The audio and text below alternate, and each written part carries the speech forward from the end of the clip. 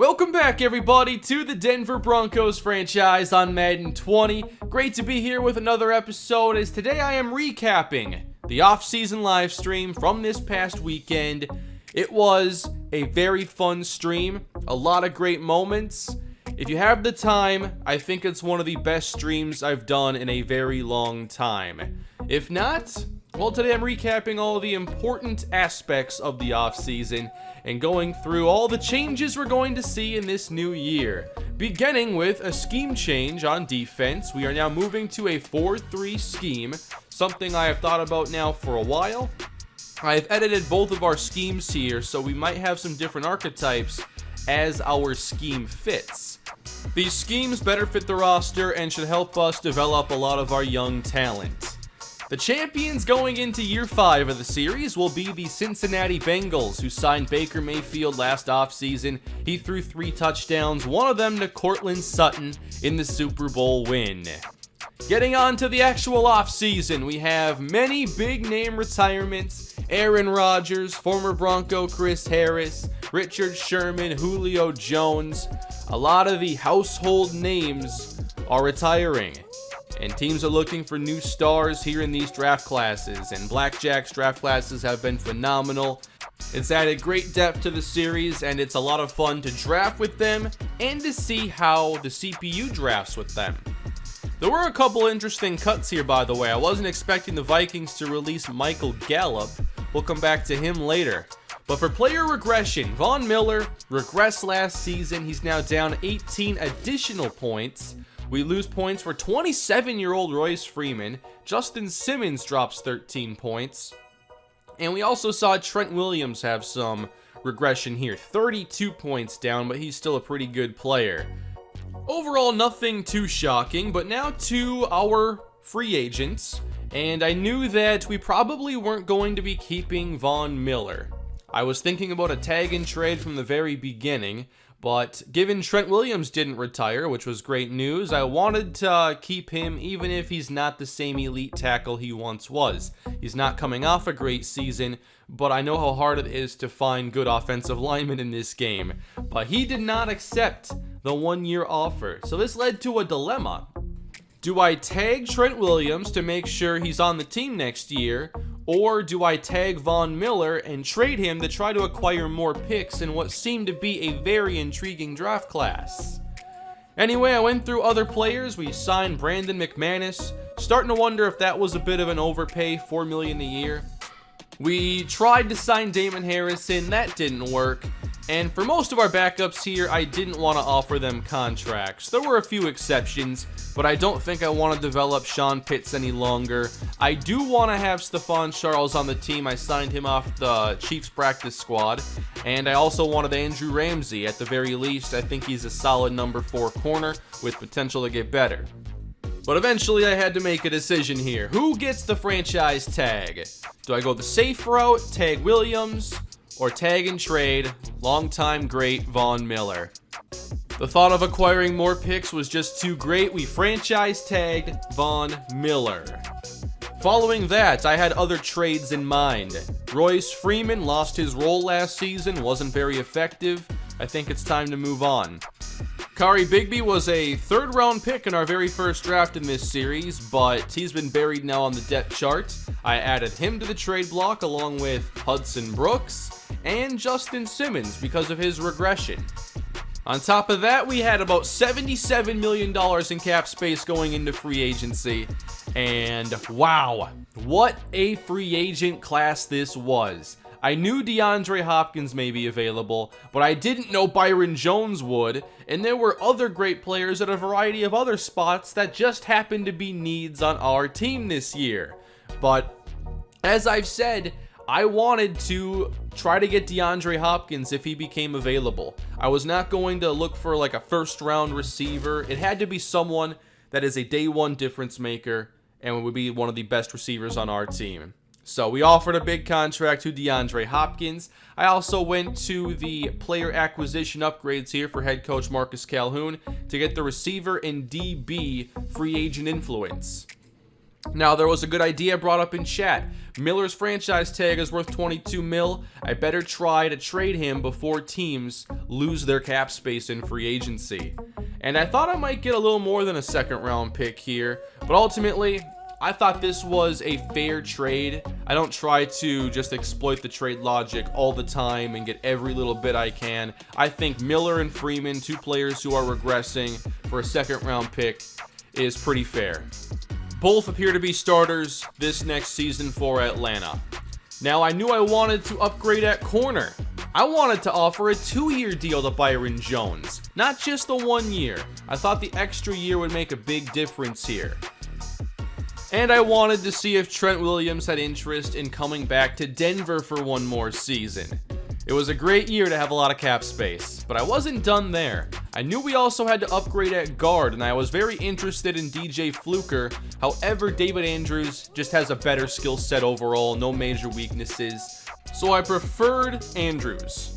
But then at edge rusher, I knew I had to replace Von Miller, and Montez Sweat was available, and it would be so much fun to have his athleticism on our defense. But I knew I couldn't go after all the top free agents, so I thought Hyppolite was a better player for us to target. Especially as I kept increasing this offer for Hopkins. I did not want a repeat of Amari Cooper in the Bears series, so we went way over the fair offer. I knew that I wasn't probably going to start Justin Simmons again, and Darnell Savage wasn't looking for a ton of money here. So I thought that a 2-year deal would make a lot of sense, and we were able to find a deal here worth a lot of points. I was able to increase that signing bonus just barely and get it to 113. And from there, we then offered a 1 year to Hyppolite on the lower end, and that was about 54 points. Didn't want to offer a ton of money to everybody, but we do go back to David Andrews, offer a 1 year, $10 million contract to get over the Chargers. So here you have one of my most aggressive free agency periods in a very long time. But I also wanted to address our backup quarterback spot. In case Taquan Layton doesn't improve this coming year, free agency didn't offer a lot of great options, but one of the better backups in the league was on the trade block, and that's Kyle Dillon, who's been sitting behind Carson Wentz now for a couple years. I also took a look at off-ball linebacker. Going to 4-3, I do need another starter, and I found Jamar Webster here on the trade block, and as soon as I saw his skill set, I knew I had to have him on our team. He just was so versatile, and he would be a great third linebacker. So I offered Kari Bigby to the Ravens, and we got a deal just like that. Bigby is set up to be their number 3 receiver this year, and now we get Webster as our number 3 linebacker. He has some experience. He has 4.5 career sacks. I love that move. But from there, it was time to see, would we have any of those free agent contracts accepted? Welcome to Denver, DeAndre Hopkins. The big 4-year deal was accepted.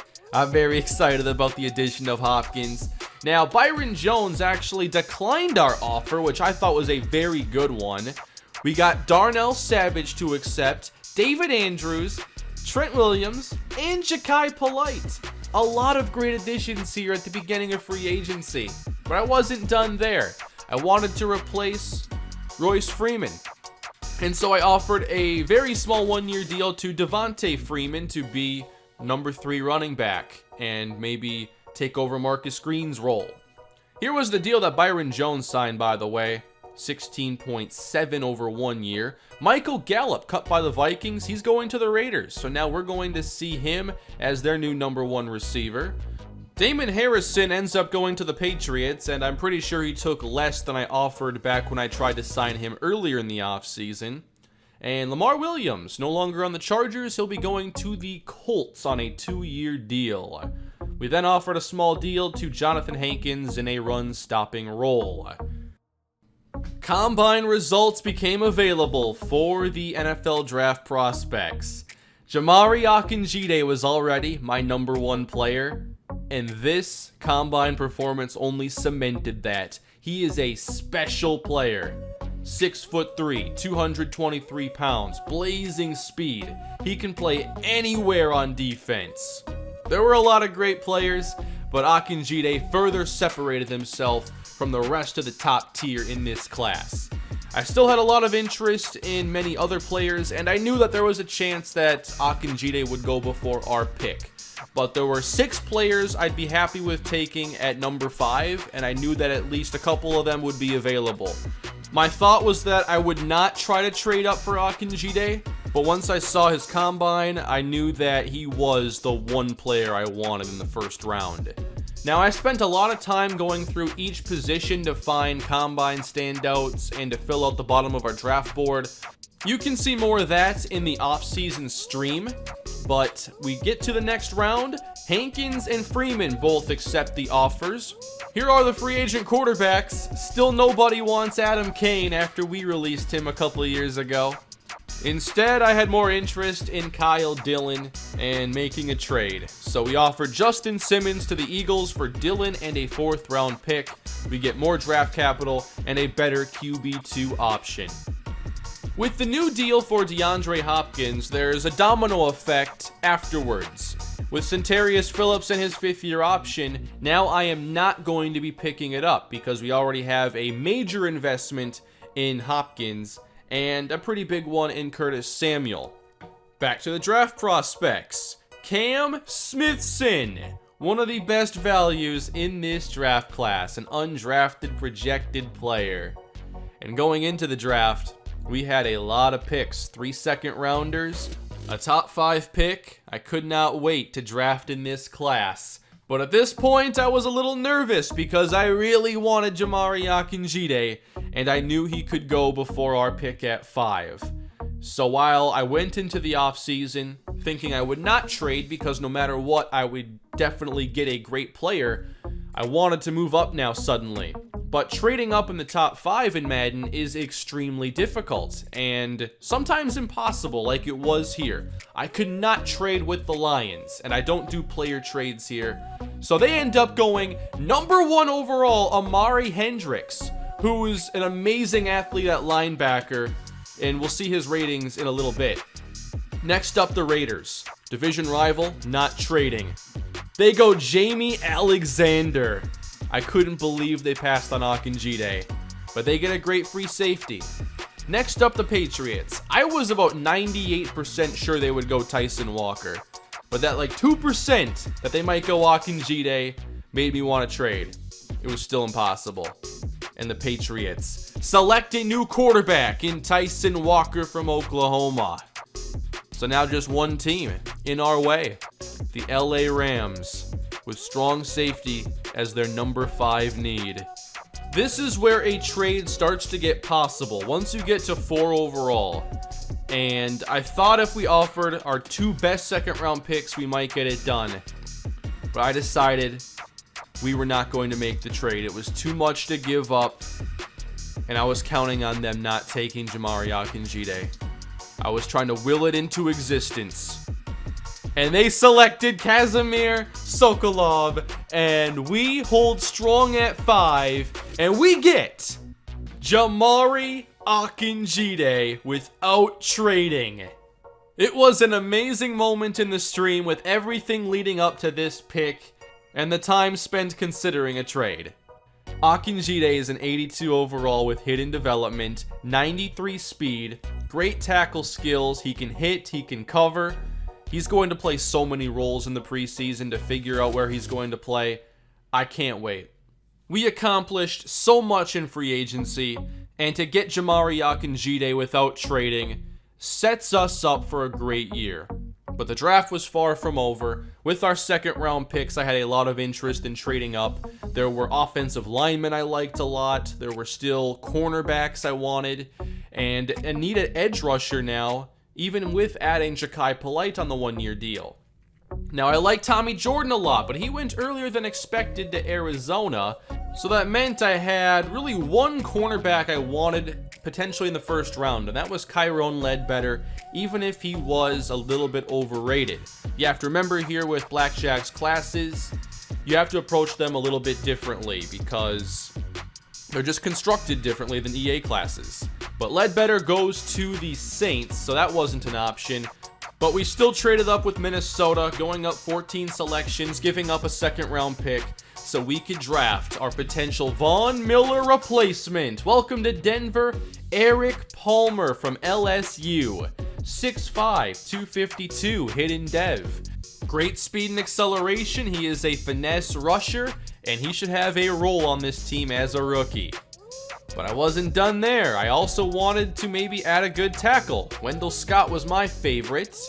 Getting toward the end of the first round, the second quarterback is taken. Eli Gaziri to the Packers. LaDante Ellis, another solid pick for the Dolphins. Juno Springs from Kalispell is going to Pittsburgh.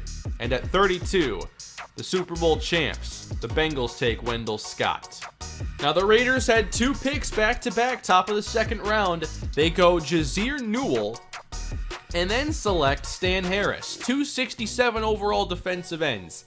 They could have done more with those picks. When we were on the clock in the second round, there was Jason Murray, a first-round quarterback prospect, Brian Johnson, a great run-blocking guard, and Marquand Clifford, a phenomenal route runner with 4.27 speed. The chat wanted Clifford, and they wanted to trade Curtis Samuel. I thought about this for a long time, but ended up going Brian Johnson. I want some linemen to develop, and Johnson has normal dev. He's a great run blocker. His pass blocking isn't great, but I'm hoping with some development that can get a little bit better. Overall, I was very happy with the start of this draft, although I was hoping Johnson would have a bit better pass blocking ratings. Marquand Clifford ends up going to the 49ers, and we'll check on his ratings.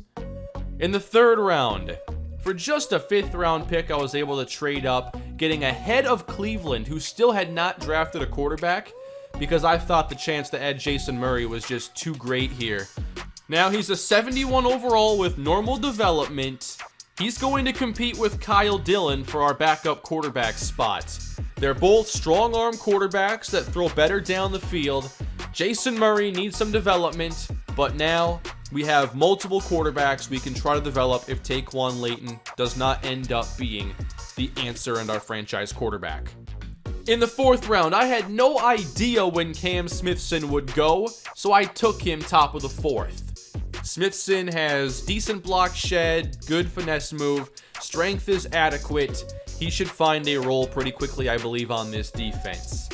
With our next 4th round pick, we draft a player from the Kalispell Dynasty, Toa Tuilapupu from Minnesota. Now, he is a good athlete, but he's very raw. He has hidden dev, and all of his ratings here are an okay starting point for a backup, which means you can develop him into a pass rusher, a run stopper, a cover guy. Anything's possible. I can't wait to develop him. With our next 4th round pick, I decided to trade out. I limit myself to one of these a draft for a future pick. So we go ahead to the 6th round and draft wide receiver Montrell McKee. Just a 60 overall deep threat, probably a practice squad player. No major standout traits. With our final pick, I selected Kawhi Marshall at safety. I'm kind of intrigued by moving him to linebacker, but his block shed is so low. Still, it might be worth the experiment given his 84 speed. So there is your year 4 draft class, everybody. I really enjoyed this offseason. I thought we added more talent than I could have ever imagined. Free agency was very good for us, and there are a lot of fantastic players now entering our league. Amari Hendricks, by the way, number 1 pick. He and Akinjide were both phenomenal athletes that can do just about anything. So Hendricks is a good pick still for the Lions. For the Raiders, they get a great free safety in Jamie Alexander.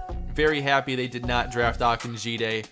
Tyson Walker, great short passer, but no deep accuracy. This is what I love about Blackjack's classes. These players have strengths that are well defined, as well as weaknesses that are well defined. I like that a lot more than the way the EA generated classes work. Kazimir Sokolov, great edge rusher. He goes to the Rams. How about the Chiefs? They added 3 receivers in the draft. They're all speedy, deep threats. They drafted Cliff Bell Johnson in the 1st round. Gabe Davis would have been a better pick for them. The Chiefs have a terrible offensive line, but Davis instead goes to the Philadelphia Eagles. Tommy Jordan. I will move him to corner if that's a good spot for him on this roster, but Jordan's a versatile defensive back and a great addition for the Cardinals. Tyrone Ledbetter probably would not have been a good trade-up target in the first round. Zone coverage is still pretty low, but I think he has potential to be a pretty good zone corner. Eli Gaziri. The Packers luck out again at quarterback with a great player falling to them in the 20s. Eli Gaziri. He's very fast, has a great arm, he throws downfield very well. I think that the Packers have another great quarterback. Juno Springs to the Steelers in the first round. That was a bit of a surprise, but I'm excited to see Juno in our league now. And then Marquand Clifford. Did I miss out on a great receiver? You tell me. He can run all the routes. He's 4.27 fast, but he cannot catch the football. It's going to take a lot of work to get that skill up. And we'll see if San Francisco is able to figure that out. The Chiefs added Bennie Huggins in the draft. He is a fast running back who has some strength in his game and catches the football pretty well. I thought that was a good addition, although they had big needs along the O-line. R.J. Bailey. You might remember him from Kalispell Dynasty and the performance he put together in the national championship against us. He goes to the Eagles. Trill Diamond to the Packers. They already have breakout receiver Marcus Duhan and Devontae Adams.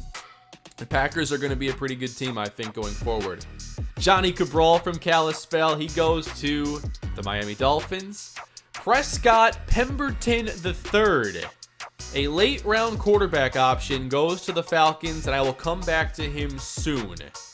In the first round, the Falcons drafted Cornelius Davis to replace Julio Jones, and he's a pretty good player.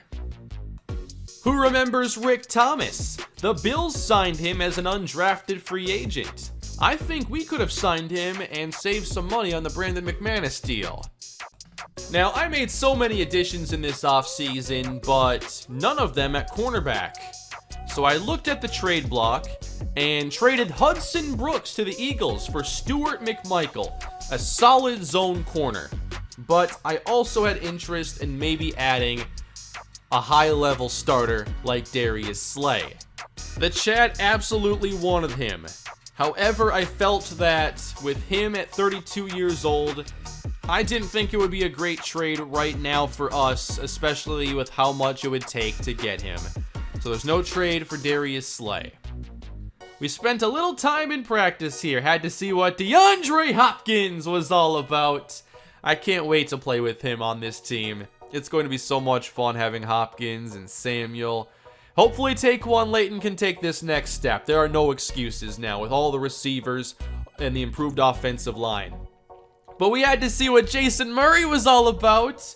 He has this strong arm. Check out this throw. Off his back foot, 65 yards in the air. Now, Murray needs some development. He has almost no control over this arm. His accuracy is all over the place. But I can't wait to develop him a bit and to play with him in the preseason. Kyle Dillon's a better quarterback right now, but Murray's a rookie and Dillon has 2 years of backup development experience. So we'll see Dillon as well, along with other players that I signed following the stream. I actually had signed too many. I had the roster up to 85 players at one point, so I had to make some cuts immediately. But here's a look at our team right now going into the preseason. With the improvements we've made on both sides of the football, I am so excited for this year. Akinjide, I have no idea what his role is going to be like this season, but in preseason, you can expect him to play outside corner, slot, safety, linebacker. He's going to play a lot of positions this year, and he can totally transform this defense. DeAndre Hopkins, by the way, he's going to wear number 16. He wore 6 in college, 10 with the Texans. We combine them. For more running back competition, we signed Bryce Love, who has phenomenal speed. He can make you miss, and I think that he'll have a chance to make the team. Here is a potential practice squad quarterback, Kevin Abbott. He is a scheme fit, and I love his ratings to start out. These are amazing ratings for a 58 overall quarterback. Every accuracy is at least a 71. I can't wait to play with him a little bit in the preseason. We also signed running back Jamar Webster, who has a lot of speed. He's a great athlete. Daniel Hill at tight end. He has okay speed. His catching is a bit low, however. Might be a good practice squad player.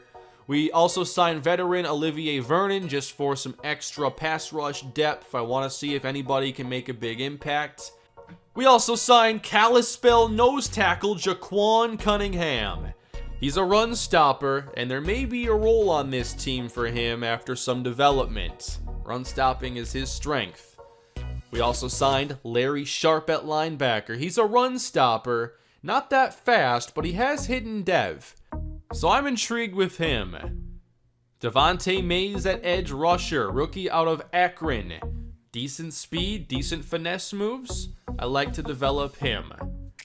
Which undrafted rookies do you think have a chance to make the team, or have a chance to be pretty good if they get a couple years of development?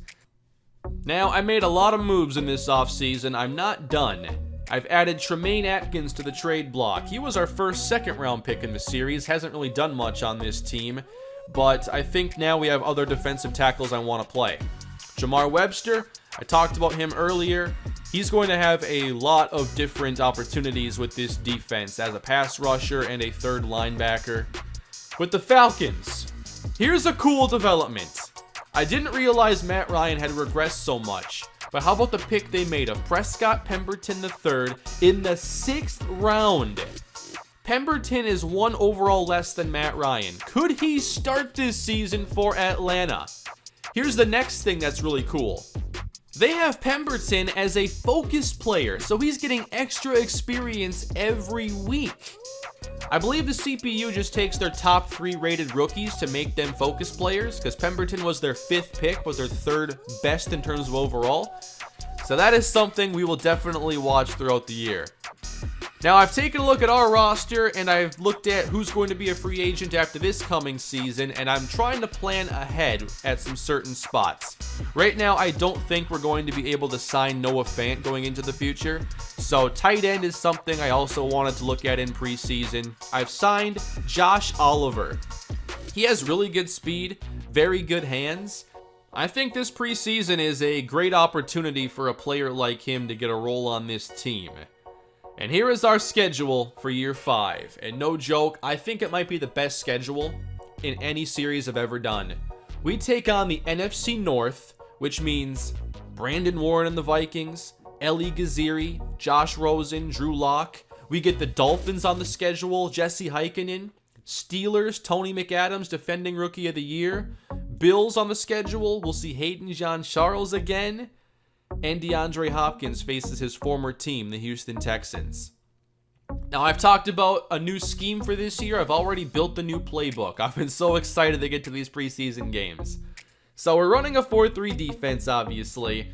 I would like to be a more aggressive defense with this scheme as well. I want to blitz a lot more and hopefully find a way to make some big plays. You're going to see some 3-3-5 and some cool blitz packages here that I've never played with before. There's this nickel triple formation that has a lot of zone blitzes, and I'll be trying out a lot of this in the preseason to see if any of it works. I want to have a much better defense this year, and hopefully the scheme helps us return to form. But what an offseason this was. I can't wait to get in year 5 and hopefully have a big bounce back with the Broncos for everybody. I know a lot of you are excited. This offseason was the biggest live stream I have ever done, and I just can't wait to get to these preseason games. I'll get them up on the channel as soon as I can, and maybe I'll even stream some of it.